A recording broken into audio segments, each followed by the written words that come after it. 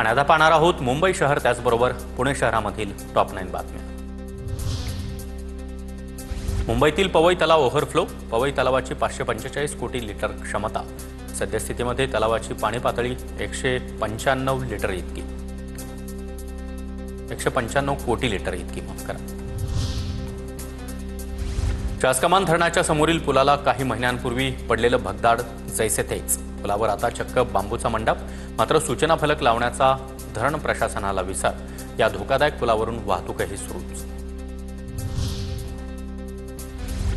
मुंबईतील CSMT railway स्थानकाच्या platform 12-13 चे काम पूर्णत्वाकडे। पुढच्या महिन्यामध्ये प्रवासी सेवेत दाखल होणार। प्लॅटफॉर्मचा विस्तार केल्यामुळे 24 डब्यांच्या एक्सप्रेस थांबवणं शक्य होणार।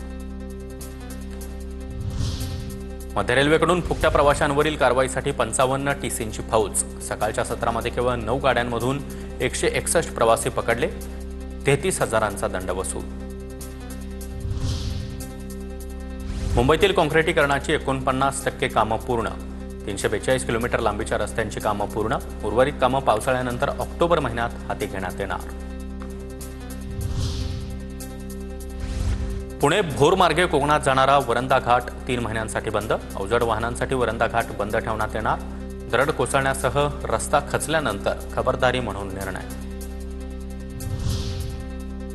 पुण्यामध्ये धोकादायक पर्यटन स्थळांवर प्रवेशबंदी। कुंडमाळा दुर्घटनेच्या पार्श्वभूमीवर जिल्हाधिकाऱ्यांचे आदेश।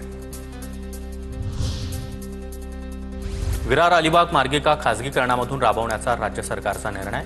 नवघर ते बलावली पहिल्या टप्प्याचं काम लवकरच सुरू होणार। राज्याकडून बीओटी तत्वावर मान्यता।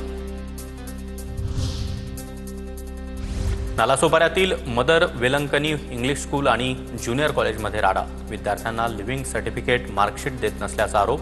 मनसे कार्यकर्ते आणि शाळा ट्रस्टच्या अध्यक्षांमध्ये वाद।